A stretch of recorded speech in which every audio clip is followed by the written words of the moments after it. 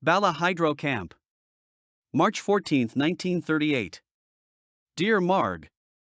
Your letter received last Saturday, it was forwarded to me from home. Yes, I did wonder what the trouble was and am still at a loss as how to answer.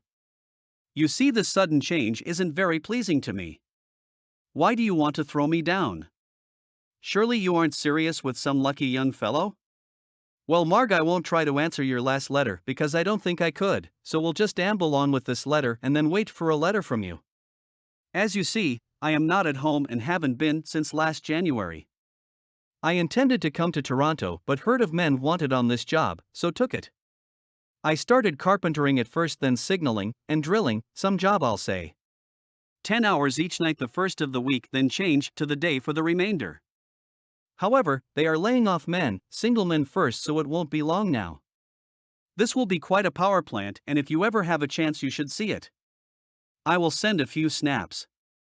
We have quite a bit of fun here playing hockey, dances, etc. We play the Bala Girls tomorrow night, so we'll need refreshments. There is plenty that comes into this camp, the bootleggers are doing a good business. One went down for a few months, so the boys took up a collection for his bail and are now trying for parole. Well, my dear, it's pretty hard to concentrate in here, there's so much racket with the radio and poker games. I hope you write again, Marg. I look for your letters and hope to see you soon. However, we'll close for now and wait for a verdict, so be merciful. As ever. Roger. P.S. Excuse the scratch on the scratch pad, my hands are pretty stiff. Love. Bala Hydro Camp. March 31, 1938. Dear Marg. Your letter received over a week ago. I intended writing before but haven't had a chance as I have been working from 12 to 16 hours every night for over a week. I hope this is the last night as I'm good and tired. The high water makes the cofferdams unsafe, and they are rushing work to let the water through. I will be glad when the good old summer comes again and get away from here. It's exciting and the bosses are good to me, but a little bit goes a long way when they push work. I drill during the day and signal on the crane for a few hours at night. Well, Marg, I suppose spring is here in the city and everyone parading spring clothes. I still keep the old winter coat handy when I go out as the nights are still cold although the days warm. They tell me the dance hall in Bala, Dans, opens the 20th of this month, so that's a pretty good sign, eh? I wish it were old Cedar Wild, don't you? Did you see any of the hockey games? I sure would have liked to see the Goodyear-Sudbury game. I won $2 on it, so that wasn't bad.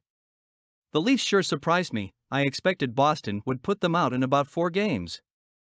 However, pro hockey doesn't interest me like amateur. You should see the league they have around here. Anything goes, so long as you keep your skates on, but the people go for it in a big way.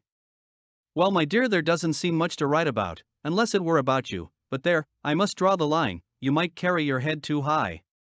I wish I could get to the city for Easter, but the boss is going home for the weekend, so that settles it. I'll be lucky if I get home for the tennis club dance in Bracebridge Monday night. It's getting late, so I better turn in for the night as 5:30 comes early for me. As ever.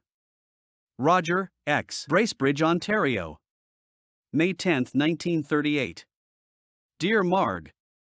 You are probably wondering whatever has happened to me. I just received your letter last Friday. You see, I left the hydro camp 2 weeks ago today and left the following Thursday for the north to look for work. I traveled to Timmins, Kirkland, and Larder Lakes, Matachewan and Sudbury with no avail, and arrived home Sunday morning with an empty pocket and a badly abused car. However, I enjoyed the trip and something is bound to turn up. Your letter was waiting for me at home, so you see my homecoming wasn't bad. It seems to me I have tried almost everything possible this last year in the way of outdoor work. I was looking over my books yesterday hoping to find a job hidden in them, and I see I have been a builder, prospector, construction man, and I was hoping to be in BC this summer, but apparently, it's all off.